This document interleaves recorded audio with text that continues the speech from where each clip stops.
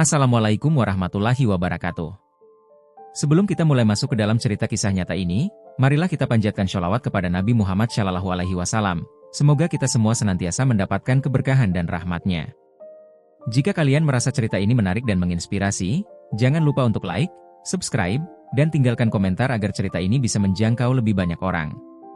Selamat mendengarkan kisah yang menegangkan ini, semoga kisah ini bisa menyentuh hati dan membawa hikmah bagi kita semua hingga akhir. Di sebuah desa kecil di Kalimantan, Wahyu, seorang pendekar sakti asal Dayak, dikenal luas akan kekuatannya yang tak tertandingi dan kehebatannya dalam bela diri. Ia terlahir dari keturunan pendekar sakti, yang dari generasi ke generasi mempertahankan tradisi bela diri Dayak. Wahyu mewarisi kekuatan alam yang luar biasa. Ia mampu mengendalikan energi dari alam sekitarnya, menggerakkan angin, dan menaklukkan tanah. Namun, di balik kekuatan itu, Wahyu menyimpan ambisi besar untuk menjadi yang terkuat di tanah Kalimantan. Suatu hari, Wahyu mendengar cerita tentang seorang ulama dari Jawa, Habib Bahar, yang disebut memiliki ilmu tinggi dan kekuatan batin yang menakjubkan. Habib Bahar dikenal sebagai sosok yang bijaksana dan memiliki ketenangan luar biasa. Namanya meluas bukan karena kehebatannya dalam bertarung, tetapi karena karakternya yang penuh ketulusan dan kebijaksanaan dalam mengajarkan agama. Desas-desus ini mengusik hati Wahyu. Sebagai seseorang yang selalu merasa tertantang untuk membuktikan kekuatannya, Wahyu penasaran dengan kemampuan Habib Bahar. Ia merasa, jika bisa mengalahkan sosok ulama ini, maka namanya akan semakin dihormati, bahkan melampaui batas-batas Kalimantan. Tak lama kemudian, Wahyu memutuskan untuk menemui Habib Bahar yang sedang berdakwah di desa tempatnya tinggal. Hari itu, suasana masjid kecil di desa sedang ramai. Para warga berkumpul untuk mendengarkan dakwah Habib Bahar. Sebagai ulama yang penuh wibawa, Habib Bahar berbicara dengan lembut, namun setiap kata yang diucapkannya seakan mampu menembus hati orang-orang yang mendengarnya. Wahyu diam-diam datang ke masjid, memperhatikan sosok Habib Bahar dari kejauhan. Ketika pengajian selesai, Wahyu yang mengenakan pakaian khas pendekar Dayak berjalan menuju ke arah Habib Bahar. Tatapannya penuh ambisi, tubuhnya tegap, dan auranya terasa begitu menggetarkan. Para warga yang mengenalnya merasa khawatir dan cemas. Mereka tahu bahwa Wahyu bukan orang sembarangan, dan biasanya dia datang dengan tujuan yang serius. Dengan suara yang tegas, Wahyu menyapa Habib Bahar. "Ya Habib Bahar, saya mendengar Anda adalah seorang ulama berilmu tinggi. Saya ingin tahu seberapa kuat ilmu yang Anda miliki. Bagaimana kalau kita menguji kemampuan kita?" Para warga desa terdiam. Mereka takut jika Wahyu sampai bertarung dengan Habib Bahar, karena Wahyu dikenal tidak segan-segan menggunakan kekuatannya yang besar. Namun, Habib Bahar hanya tersenyum tenang dan menjawab, "Ya anakku, ilmu itu bukan untuk dipamerkan atau diadu, melainkan untuk menuntun hati kita ke jalan yang benar." Namun, jawaban itu justru membuat Wahyu semakin tertantang. Bagi Wahyu, kalimat tersebut terdengar seperti cara halus Habib Bahar untuk menghindar. "Habib, bukankah seorang pendekar dan ulama sama-sama mencari kebenaran? Biarkan saya membuktikan kekuatan saya, dan Anda pun bisa menunjukkan kemampuan Anda," Wahyu mendesak. Akhirnya, dengan penuh kebijaksanaan, Habib Bahar menerima tantangan itu. Tapi dalam hatinya, ia tahu bahwa ini bukan tentang siapa yang lebih kuat, melainkan tentang memberikan pelajaran berharga kepada Wahyu, seseorang yang begitu tersesat dalam ambisi dan ego. Pertarungan antara Habib Bahar dan Wahyu berlangsung di lapangan terbuka di pinggir desa. Para warga berkumpul di sekitar, menyaksikan dengan rasa cemas dan penasaran. Mereka tahu kekuatan Wahyu, namun mereka juga ingin melihat bagaimana Habib Bahar menghadapi pendekar sakti ini. Wahyu mulai mengeluarkan jurus-jurusnya. Dengan sekejap, ia memusatkan tenaga dalamnya, membuat angin di sekitar berputar dengan kencang. Tumbuhan dan dedaunan beterbangan. Tanah terasa bergetar setiap kali Wahyu menghentakkan kakinya.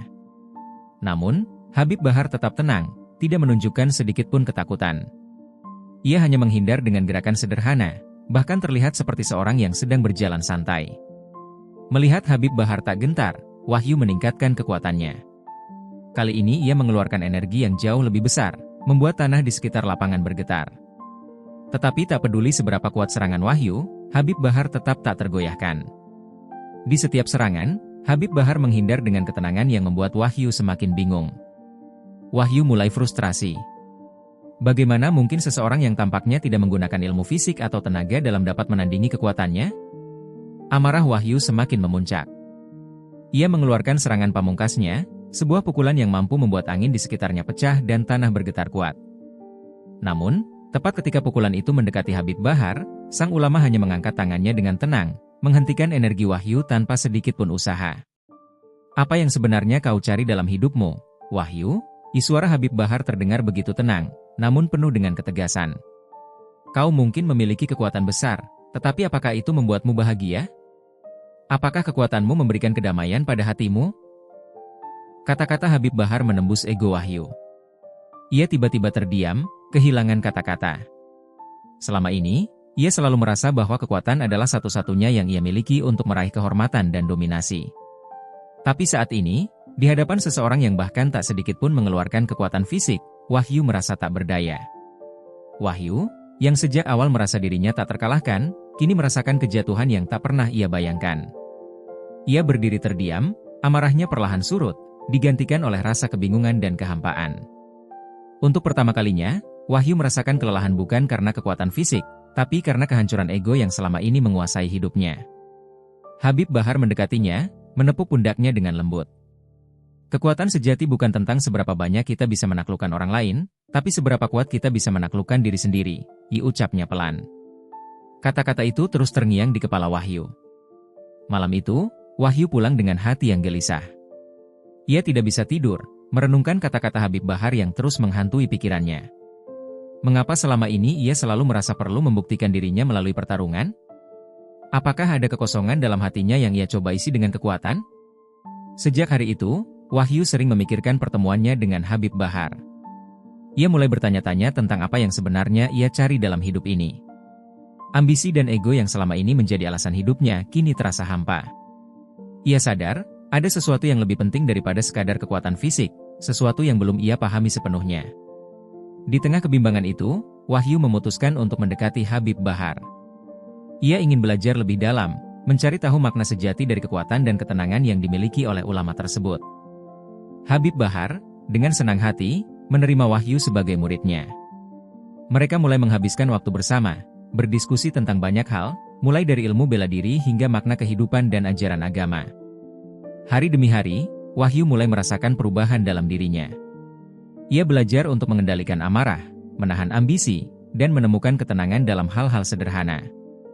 Ia menemukan kedamaian dalam mengabdi kepada masyarakat tanpa harus membuktikan kekuatan atau ilmunya. Setelah diterima sebagai murid Habib Bahar, Wahyu mulai menjalani hari-hari baru dalam hidupnya. Setiap pagi, ia menemui Habib Bahar di masjid untuk belajar ilmu-ilmu yang jauh berbeda dari ilmu fisik yang selama ini ia kuasai. Disinilah ia mulai memahami bahwa ilmu bukanlah sekadar kekuatan untuk mengalahkan lawan, tetapi lebih dalam lagi, ilmu adalah sarana untuk menaklukkan diri sendiri. Dalam salah satu pelajaran, Habib Bahar mengajarkan Wahyu tentang konsep keikhlasan. Ilmu yang paling tinggi, Wahyu, adalah ilmu ikhlas.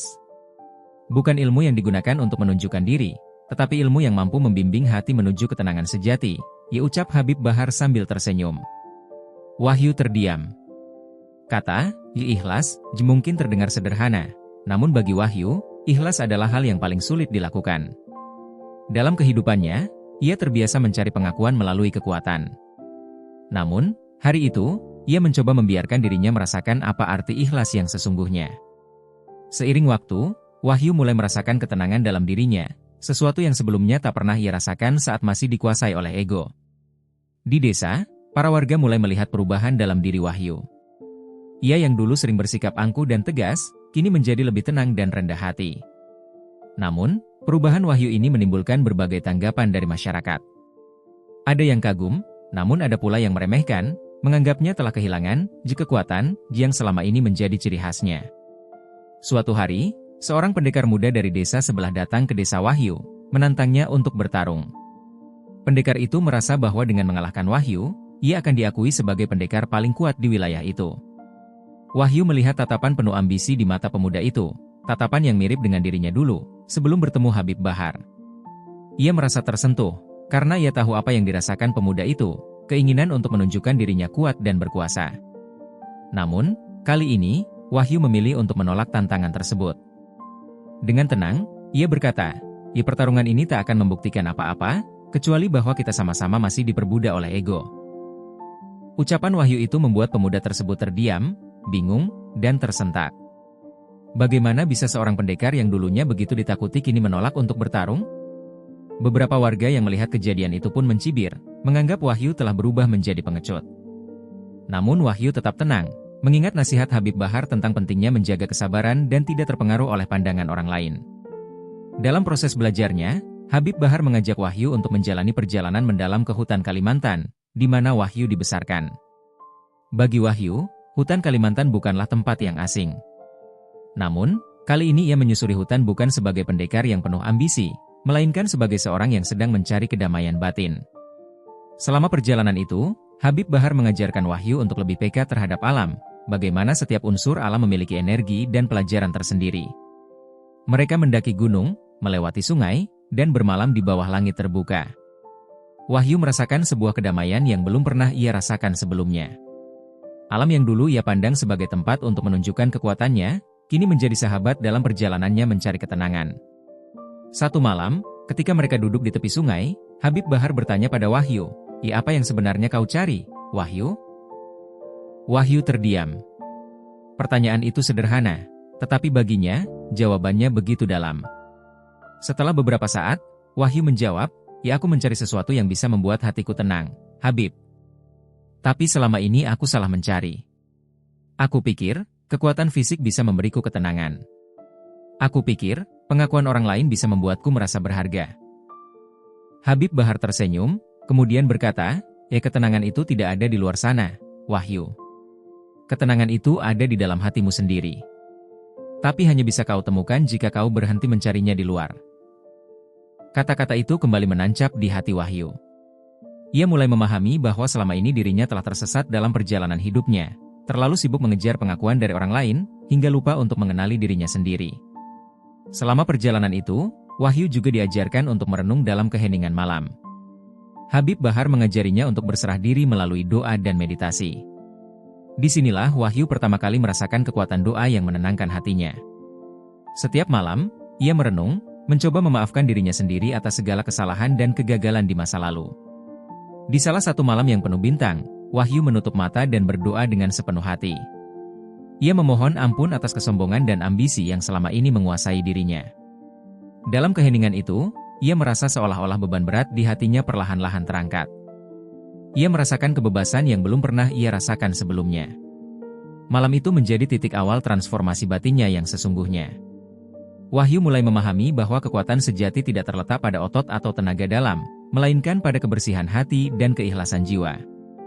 Ia mulai merasakan ketenangan dalam dirinya, yang selama ini ia cari-cari dalam pertarungan dan kemenangan. Setelah perjalanan panjang di hutan, Wahyu dan Habib Bahar kembali ke desa. Kini, Wahyu kembali sebagai sosok yang benar-benar berbeda. Ia tidak lagi merasa perlu menunjukkan kekuatannya di hadapan siapapun. Ia merasa cukup dengan ketenangan yang ada dalam hatinya. Masyarakat desa pun mulai menyadari perubahan Wahyu. Mereka melihatnya sebagai sosok yang lebih bijaksana dan rendah hati. Setiap kali ada masalah, Wahyu selalu menawarkan bantuan dengan tulus, tanpa pamrih. Ia tidak lagi mencari penghargaan atau pengakuan, melainkan merasa cukup dengan kebahagiaan orang-orang di sekitarnya. Beberapa pendekar muda di desa mulai mendekati Wahyu, meminta bimbingan darinya. Mereka ingin belajar ilmu bela diri dari Wahyu, tetapi Wahyu kini mengajarkan mereka dengan cara yang berbeda. Ia menekankan pentingnya kedisiplinan, pengendalian diri, dan ketenangan dalam berlatih. Para pendekar muda itu tidak hanya belajar ilmu bela diri, tetapi juga belajar tentang nilai-nilai kehidupan yang diajarkan Wahyu. Perubahan Wahyu menjadi topik pembicaraan di kalangan masyarakat. Banyak orang yang kagum melihat bagaimana Wahyu, yang dulunya terkenal sebagai pendekar keras hati dan penuh ambisi, kini menjadi pribadi yang bijaksana dan tenang. Habib Bahar pun merasa bersyukur, melihat bagaimana Wahyu telah menemukan ketenangan sejati dalam hidupnya. Kisah Wahyu bahkan menyebar ke desa-desa tetangga, menginspirasi banyak orang untuk mengikuti jejaknya dalam mencari kedamaian batin. Mereka melihat bahwa kekuatan sejati bukanlah tentang siapa yang paling kuat, tetapi tentang siapa yang mampu mengendalikan dirinya sendiri dan memberi ketenangan kepada orang lain. Ketika Wahyu telah bertransformasi menjadi pribadi yang lebih bijaksana, cobaan besar datang kembali. Seorang pendekar bernama Dharma dari wilayah lain yang terkenal sebagai ahli ilmu hitam mendengar bahwa Wahyu, pendekar tangguh dari Kalimantan, telah berubah dan dianggap sebagai sosok bijak yang tak lagi mencari pertarungan. Dharma merasa tertantang untuk menguji Wahyu dan menganggap bahwa perubahan Wahyu menunjukkan kelemahan. Ia datang ke desa dengan niat memprovokasi Wahyu untuk bertarung, ingin membuktikan bahwa dirinya lebih kuat. Warga desa khawatir, dan beberapa dari mereka mulai ragu pada Wahyu, takut bahwa kali ini, Dharma mungkin dapat mengalahkan Wahyu. Dengan tatapan sinis, Dharma menantang Wahyu di tengah lapangan desa. Ia berteriak di hadapan semua orang, menghina perubahan Wahyu yang dianggapnya sebagai kelemahan, bahkan meremehkan kebijaksanaan yang diajarkan Habib Bahar. Wahyu, yang kini sudah belajar untuk mengendalikan diri, hanya tersenyum tenang. Ia menyadari bahwa Dharma bukan hanya mencari pembuktian diri, tetapi sedang tersesat dalam ambisinya sendiri. Dharma menuntut pertarungan dan bersikap kasar pada warga desa yang membelanya, tetapi Wahyu tetap tenang, menolak untuk meladeninya. Habib Bahar memperhatikan dari kejauhan, mengamati apakah Wahyu benar-benar sudah menguasai ilmu keikhlasan yang ia ajarkan. Namun, Dharma semakin memanas. Ia mulai memamerkan ilmunya, menunjukkan bahwa ia mampu mengendalikan angin dan api. Suasana semakin tegang ketika Dharma mulai menghancurkan benda-benda di sekitar desa sebagai ancaman. Wahyu merasa harus bertindak untuk melindungi warga desa, tetapi kali ini bukan dengan niat untuk membuktikan kekuatannya, melainkan untuk menjaga ketentraman desa. Dengan ketenangan yang ia pelajari, Wahyu melangkah mendekati Dharma dan berkata, jika kau mencari kebenaran dalam pertarungan ini, aku akan menerimanya. Tetapi bukan dengan niat untuk saling menyakiti. Aku hanya akan mempertahankan mereka yang ada di sini. Melihat Wahyu akhirnya menerima tantangannya, Dharma langsung menyerang dengan penuh amarah. Namun, kali ini, Wahyu bukanlah Wahyu yang dulu. Setiap serangan Dharma dihadapinya dengan gerakan yang tenang dan penuh kendali. Wahyu berhasil menangkis serangan-serangan Dharma, tetapi ia tidak membalasnya dengan kekuatan, melainkan hanya menahan dengan kelembutan. Perlawanan Wahyu yang tanpa dendam ini membuat Dharma frustasi. Ia tak memahami mengapa Wahyu tak pernah menyerang balik dengan penuh tenaga. Kenapa kau tidak menyerangku dengan kekuatan penuh? Teriak Dharma dengan kebencian. Dengan tenang, Wahyu menjawab, kau bukan musuhku, Dharma. Yang sedang kau lawan bukanlah aku, melainkan dirimu sendiri. Aku di sini bukan untuk mengalahkanmu, melainkan untuk menunjukkan bahwa kekuatan sejati bukan untuk menyakiti orang lain, tetapi untuk melindungi. Kata-kata Wahyu membuat Dharma terdiam, terbata-bata, dan tiba-tiba ia merasa kehilangan amarah yang menguasainya. Dalam kebingungannya, Dharma merasa lemah di hadapan ketenangan Wahyu. Ia tidak mampu melanjutkan serangan karena kehadiran Wahyu telah membuat hatinya guncang. Untuk pertama kalinya, Dharma merasa takut bukan pada kekuatan Wahyu, tetapi pada kedamaian yang terpancar darinya. Keesokan harinya, Dharma menemui Wahyu dan meminta maaf. Ia akhirnya menyadari bahwa ambisi dan amarah telah menguasai dirinya, sama seperti Wahyu di masa lalu. Wahyu menerima permintaan maaf Dharma dengan tulus, melihat bahwa ini adalah kesempatan bagi Dharma untuk memulai perjalanannya sendiri menuju perubahan. Wahyu memperkenalkan Dharma kepada Habib Bahar, yang juga menerima Dharma dengan terbuka dan mengajaknya untuk belajar nilai-nilai keikhlasan. Perlahan, Dharma mulai mengikuti ajaran Habib Bahar, dan dari hari ke hari, ia mulai merasakan kedamaian yang selama ini ia cari dalam ambisi dan kebencian. Ia menyadari bahwa kekuatan yang ia miliki sebenarnya bukanlah kekuatan sejati jika hanya digunakan untuk menaklukkan orang lain. Dalam waktu yang tidak singkat, Dharma mengalami perubahan yang serupa dengan apa yang dialami Wahyu. Ia menjadi sosok yang lebih tenang dan mulai belajar untuk menggunakan kekuatannya dalam membantu orang-orang di sekitarnya. Masyarakat yang dulu takut padanya kini mulai menerima Dharma sebagai bagian dari mereka. Wahyu dan Dharma, yang kini telah berubah, mulai menyebarkan ajaran Habib Bahar kepada generasi muda. Mereka mendirikan sebuah perguruan yang mengajarkan ilmu bela diri sekaligus nilai-nilai kebijaksanaan. Setiap murid yang bergabung di perguruan itu belajar bahwa kekuatan sejati bukanlah untuk menunjukkan diri, tetapi untuk memberi manfaat pada sesama. Habib Bahar sering datang untuk memberikan nasihat dan bimbingan kepada para murid. Kehadirannya menjadi inspirasi besar bagi para pendekar muda yang kini tidak lagi hanya mengejar kekuatan, tetapi juga kedamaian batin. Setiap latihan fisik selalu diimbangi dengan pengajaran nilai-nilai spiritual dan ajaran tentang keikhlasan, kesabaran, dan kebijaksanaan. Para pendekar muda itu mulai menyebarkan kebaikan ke desa-desa lain, mengikuti jejak Wahyu dan Dharma. Mereka tidak hanya belajar ilmu bela diri, tetapi juga menjadi pelindung masyarakat dan membantu setiap orang yang membutuhkan. Di bawah bimbingan Wahyu, Dharma, dan Habib Bahar, generasi baru ini tumbuh menjadi pendekar yang penuh dengan ketulusan dan kasih sayang. Bertahun-tahun kemudian, Wahyu, Dharma, dan Habib Bahar menjadi sosok yang dihormati di seluruh wilayah Kalimantan. Kisah mereka menyebar luas, menjadi inspirasi bagi banyak orang. Desa tempat mereka tinggal berubah menjadi pusat kebijaksanaan, di mana orang-orang datang dari berbagai tempat untuk belajar ilmu yang tidak hanya mengajarkan kekuatan fisik, tetapi juga nilai-nilai kehidupan.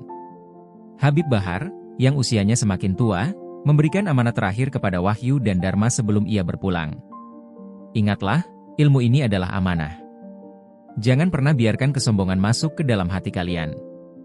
Selalu ajarkan keikhlasan pada generasi berikutnya, agar mereka tumbuh sebagai pendekar yang tidak hanya kuat, tetapi juga bijaksana. Wahyu dan Dharma bersumpah untuk menjaga amanah Habib Bahar, berjanji akan meneruskan ajaran tersebut kepada generasi mendatang. Setelah kepergian Habib Bahar, Wahyu dan Dharma merasa hampa, tetapi mereka tetap berpegang pada nilai-nilai yang diajarkan oleh sang guru. Setiap langkah mereka kini diliputi ketenangan dan kebijaksanaan. Seiring berjalannya waktu, nama Wahyu dan Dharma diabadikan dalam legenda di Kalimantan. Mereka dikenal sebagai pendekar yang tak hanya kuat, tetapi juga sebagai simbol kedamaian dan kebijaksanaan. Para murid perguruan mereka meneruskan ajaran ini ke generasi berikutnya, menjadikan perguruan tersebut sebagai tempat bagi siapapun yang ingin menemukan ketenangan dan kekuatan sejati. Suatu hari, seorang pendekar yang sangat kuat dan dikenal dengan nama Tuan Gunawan tiba di desa. Tuan Gunawan adalah seorang pendekar yang penuh dengan ambisi dan kesombongan. Ia mendengar tentang ketenaran Wahyu dan Dharma yang kini telah bertransformasi menjadi sosok yang lebih bijaksana. Namun, Gunawan meremehkan perubahan ini, menganggap Wahyu dan Dharma sebagai pengecut yang telah melupakan kekuatan sejati demi nilai-nilai yang dianggapnya lemah. Dengan sikap arogan, Gunawan menantang mereka untuk bertarung dan ingin menguji kesaktian Habib Bahar, Wahyu, dan Dharma. Gunawan, yang menguasai ilmu hitam, yakin bahwa kekuatan spiritual takkan bisa melawan kemampuan fisik dan ilmu sihir yang dimilikinya. Habib Bahar melihat ini sebagai ujian bagi Wahyu dan Dharma. Ia memutuskan untuk menerima tantangan ini, bukan untuk membuktikan kekuatan, tetapi untuk menunjukkan bahwa ilmu sejati datang dari hati yang bersih dan jiwa yang penuh ketulusan. Wahyu dan Dharma pun bersiap, menyadari bahwa kali ini mereka menghadapi lawan yang berbeda dari sebelumnya. Pertarungan terjadi di tepi hutan Kalimantan, tempat di mana Wahyu dan Dharma dulu belajar ilmu bela diri. Tuan Gunawan mulai menunjukkan kekuatan sihirnya, mengendalikan api dan angin yang mampu menembus pertahanan fisik. Wahyu dan Dharma bekerja sama untuk menghadapi serangan-serangan tersebut, tetapi mereka segera merasakan bahwa ilmu hitam Tuan Gunawan begitu kuat dan sulit dihadapi. Habib Bahar, yang berada di sisi mereka, mengamati pertarungan tersebut dengan ketenangan. Di saat Wahyu dan Dharma mulai terdesak, Habib Bahar melangkah maju dan menenangkan mereka. Jangan biarkan kemarahan dan ketakutan menguasai hati kalian. Kekuatan sejati datang dari ketenangan, ucapnya. Dengan memusatkan kekuatan batin mereka, Wahyu dan Dharma mulai melawan serangan Tuan Gunawan dengan ilmu yang mereka pelajari dari Habib Bahar. Serangan api yang dilancarkan Tuan Gunawan dapat mereka hadapi dengan ketenangan, dan serangan angin mulai melemah saat mereka bersatu dalam hati yang tenang dan penuh keikhlasan. Namun, Tuan Gunawan tidak mau kalah. Dengan kekuatan yang tersisa, ia mengerahkan seluruh tenaga dalamnya, menciptakan pusaran angin yang begitu kuat sehingga melibas pepohonan di sekitar mereka. Melihat bahaya yang semakin meningkat, Habib Bahar melangkah maju, memancarkan aura kedamaian yang tak tertandingi. Habib Bahar mengangkat tangannya, membentuk perisai energi yang mampu menahan serangan Tuan Gunawan. Dengan sorot mata yang penuh kasih dan kebijaksanaan, Habib Bahar berkata, "Jika kekuatanmu besar, Gunawan, tapi kekuatan sejati bukanlah untuk menghancurkan, melainkan untuk melindungi dan memberi kedamaian." Tuan Gunawan tertawa keras, menantang Habib Bahar dengan berbagai serangan magis yang penuh energi hitam. Tetapi, dengan ilmu yang tinggi dan hati yang tulus, Habib Bahar mampu menahan setiap serangan, memecahkan energi hitam tersebut menjadi partikel-partikel cahaya yang berpendar di udara. Setiap kali Tuan Gunawan menyerang, aura kedamaian yang terpancar dari Habib Bahar malah semakin kuat. Kemarahan Tuan Gunawan semakin memuncak. Ia mengerahkan serangan terakhir, menciptakan bola api besar yang meluncur dengan cepat ke arah Habib Bahar. Melihat bahaya itu, Wahyu dan Dharma berusaha melindungi guru mereka, tetapi Habib Bahar mengangkat tangan dan menghadang serangan tersebut dengan energi batinnya yang begitu murni. Dengan ketenangan luar biasa, Habib Bahar membalas serangan itu dengan menyatukan energi yang ia kumpulkan dari dalam dirinya. Bola api yang awalnya menyerang berubah menjadi angin sejuk saat terkena energi kedamaian dari Habib Bahar, meluruhkan kekuatan hitam yang melingkupinya. Akhirnya, serangan terakhir Gunawan memudar. Ia terdiam, melihat bahwa seluruh ilmu hitamnya tidak berdaya di hadapan kedamaian Habib Bahar. Kehilangan kekuatan dan kebanggaan yang dulu ia miliki, Gunawan jatuh berlutut di hadapan Habib Bahar. Tuan Gunawan, yang sebelumnya angkuh dan penuh kebencian, kini tersadar bahwa ia telah diperdaya oleh ilmunya sendiri. Di hadapan ketulusan Habib Bahar, ia merasa kecil dan tak berarti. Dengan suara parau, ia memohon maaf kepada Habib Bahar, Wahyu, dan Dharma. Habib Bahar menerima permintaan maafnya dengan senyuman penuh kasih sayang. Ilmu yang sejati adalah ilmu yang menyadarkan manusia pada kebaikan. Setiap kekuatan yang kau miliki adalah amanah, bukan untuk merusak, tapi untuk menjaga, diucap Habib Bahar lembut. Tuan Gunawan mulai menangis, menyadari bahwa seluruh hidupnya telah ia habiskan dalam kesia-siaan. Ia menerima bimbingan dari Habib Bahar untuk memulai perjalanannya menuju kehidupan yang lebih baik. Wahyu dan Dharma melihat ini sebagai pelajaran bahwa bahkan seseorang yang terjerumus dalam kesesatan pun masih memiliki kesempatan untuk berubah. Setelah pertempuran itu, Wahyu, Dharma, dan Tuan Gunawan kembali ke desa sebagai saudara. Tuan Gunawan kini menjadi bagian dari perguruan yang dipimpin oleh Wahyu dan Dharma di bawah bimbingan Habib Bahar. Mereka mengajarkan ilmu bela diri dan spiritual yang bertujuan untuk melindungi dan melayani masyarakat. Perguruan mereka berkembang pesat, dan banyak pendekar muda yang datang untuk belajar, terinspirasi oleh kisah perubahan hidup Tuan Gunawan. Mereka menyadari bahwa menjadi pendekar bukanlah sekadar memiliki kekuatan fisik, tetapi memiliki kedamaian dan ketulusan hati. Kini, desa tersebut menjadi pusat ilmu dan kebijaksanaan. Setiap pendekar yang lulus dari perguruan mereka membawa pesan kedamaian dan melindungi yang lemah. Perguruan itu menjadi lambang perdamaian di seluruh Kalimantan, dengan Habib Bahar, Wahyu, dan Dharma sebagai panutan yang dihormati. Suatu hari, Habib Bahar memanggil Wahyu, Dharma, dan Tuan Gunawan. Ia merasa bahwa tugasnya telah selesai di dunia ini dan bersiap untuk kembali ke pangkuan Sang Pencipta. Di hadapan ketiga muridnya, Habib Bahar memberikan pesan terakhirnya. "Anakku, ingatlah bahwa ilmu ini adalah cahaya. Ia akan memandu kalian dalam kegelapan, tetapi hanya jika kalian membawanya dengan hati yang murni. Jangan pernah terbuai oleh ambisi atau keinginan untuk menunjukkan kekuatan. Sebaliknya, jadikan ilmu ini sebagai alat untuk menebar kebaikan." Dengan pesan itu, Habib Bahar perlahan menutup mata dan kembali ke sisi Tuhan dalam damai. Kepergiannya meninggalkan duka mendalam bagi Wahyu, Dharma, Tuan Gunawan, dan seluruh masyarakat desa. Tetapi, mereka tahu bahwa Habib Bahar tidak benar-benar pergi. Ajaran dan ketulusannya tetap hidup dalam setiap tindakan mereka. Setelah kepergian Habib Bahar, Wahyu, Dharma, dan Tuan Gunawan bersumpah untuk menjaga ajaran sang guru. Mereka meneruskan warisan Habib Bahar, mengajarkan ilmu yang tak hanya melatih fisik, tetapi juga membersihkan hati dan jiwa. Perguruan mereka menjadi tempat perlindungan bagi yang lemah dan pusat pengetahuan bagi yang ingin menempuh jalan damai. Setiap murid yang datang bukan hanya menjadi pendekar kuat, tetapi juga menjadi sosok yang membawa kedamaian di masyarakat. Kisah mereka menyebar ke seluruh pelosok, menjadi legenda tentang kekuatan sejati yang lahir dari keikhlasan dan ketulusan hati. Ajaran Habib Bahar terus hidup, menuntun generasi demi generasi dalam mencapai kekuatan sejati, kekuatan yang tak terlihat oleh mata, tetapi terasa dalam ketulusan jiwa. Setelah kepergian Habib Bahar, Wahyu, Dharma, dan Gunawan sepakat untuk menamakan perguruan mereka sebagai Perguruan Cahaya Batin, sebagai penghormatan kepada ajaran sang guru yang selalu mengutamakan ketulusan dan kedamaian hati. Misi perguruan ini adalah mengajarkan ilmu bela diri sekaligus spiritualitas agar para murid memiliki kekuatan fisik dan batin yang seimbang. Perguruan Cahaya Batin mulai menarik perhatian dari berbagai penjuru Kalimantan dan luar wilayah, tak hanya karena kebijaksanaan yang diajarkan, tetapi juga karena reputasinya sebagai pusat perdamaian. Orang-orang yang sebelumnya terjerumus dalam dunia kelam atau tersesat oleh ambisi pribadi datang untuk belajar. Wahyu, Dharma, dan Gunawan menyambut mereka dengan penuh penerimaan, meneladani kasih sayang dan kebijaksanaan yang dulu diajarkan Habib Bahar. Setiap pelajaran yang diberikan dimulai dengan latihan meditasi dan refleksi, diikuti dengan pelatihan bela diri yang mengasah kedisiplinan. Wahyu dan Dharma menekankan bahwa setiap jurus dan teknik harus dikuasai dengan ketenangan pikiran dan keikhlasan hati.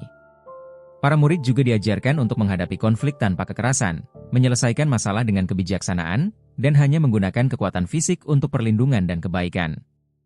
Ketika perguruan Cahaya Batin semakin berkembang, suatu hari datang sekelompok pendekar bayaran yang dipimpin oleh seorang laki-laki bernama Rengga, yang dikenal sebagai pendekar tanpa hati dan hanya mengikuti ambisinya.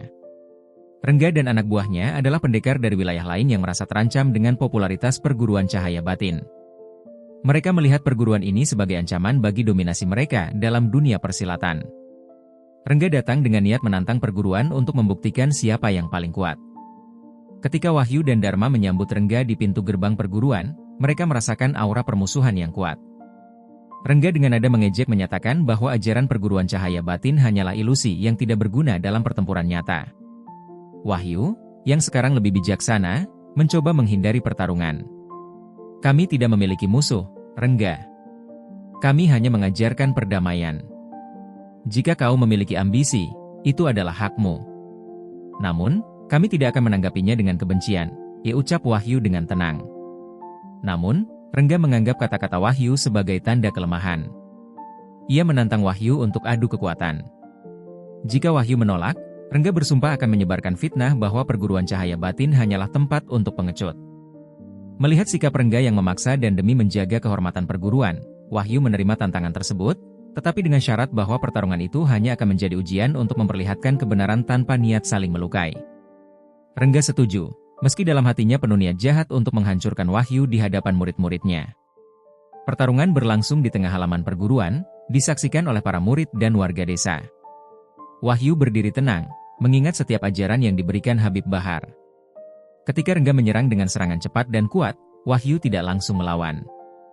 Ia hanya bertahan dan menahan setiap serangan tanpa balasan. Semakin lama, ketenangan Wahyu justru membuat Rengga frustasi.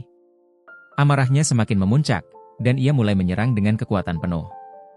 Tetapi Wahyu tetap tenang, membaca setiap gerakan Rengga dengan cermat, mengalirkan energinya dalam pertahanan yang tenang. Wahyu akhirnya melancarkan satu serangan lembut namun tepat, mengenai titik tertentu di tubuh Rengga, membuatnya terjatuh. Rengga terkejut, merasa lemah di hadapan Wahyu. Ia terjatuh berlutut dan kehilangan keberanian. Sadar bahwa dirinya tak bisa mengalahkan Wahyu yang bertarung dengan penuh kedamaian, Rengga merasa kalah dalam arti yang lebih dalam daripada sekadar pertarungan fisik. Rengga merasakan kekalahan yang baru pertama kali ia alami, kekalahan batin yang tak pernah ia pahami sebelumnya. Ia merasa kecil di hadapan Wahyu, bukan karena kekuatan, tetapi karena ketulusan yang terpancar dari sang pendekar. Tanpa ragu, Wahyu membantu Rengga berdiri dan berkata, kemenangan sejati bukanlah ketika kau mengalahkan orang lain, tetapi ketika kau mengalahkan nafsu dalam dirimu sendiri. Kata-kata Wahyu menusuk batin Rengga, menggugah hatinya yang selama ini tertutup oleh kebencian dan ambisi. Ia mulai menangis di hadapan Wahyu dan meminta maaf atas kesombongan dan ambisinya yang tak terkendali. Para murid dan warga desa menyaksikan pemandangan ini dengan haru, melihat bagaimana ketulusan Wahyu mampu mengubah hati yang keras seperti Rengga. Wahyu menerima permintaan maaf Rengga dengan penuh kasih sayang dan mengajak Rengga untuk belajar di perguruan cahaya batin, agar ia bisa memahami kekuatan sejati yang tidak ditemukan dalam ambisi atau kebencian. Rengga menerima tawaran itu, dan dengan bimbingan Wahyu dan Dharma, ia mulai menjalani kehidupan yang baru, lebih tenang dan penuh ketulusan. Perguruan cahaya batin terus berkembang, dengan murid-murid baru yang datang dari berbagai daerah untuk belajar. Wahyu dan Dharma kini tidak hanya menjadi guru, tetapi juga sosok yang dihormati dan diikuti oleh masyarakat.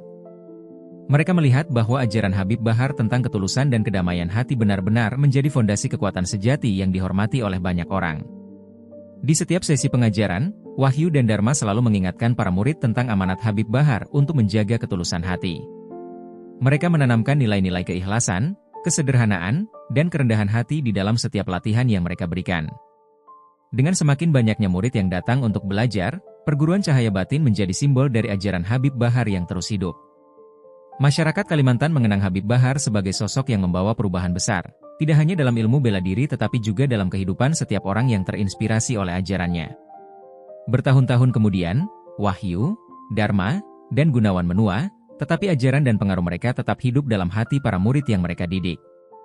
Mereka menjadi guru besar yang dihormati, yang mengajarkan bahwa kekuatan sejati datang dari ketulusan dan kedamaian hati. Perguruan cahaya batin menjadi warisan abadi yang terus menginspirasi banyak orang. Kisah tentang Habib Bahar, Wahyu, Dharma, dan Gunawan menjadi legenda yang diceritakan dari generasi ke generasi. Setiap orang yang mendengar kisah ini belajar bahwa kekuatan bukan untuk merusak, melainkan untuk melindungi, bukan untuk membuktikan kehebatan diri, melainkan untuk menumbuhkan kebaikan di dalam hati.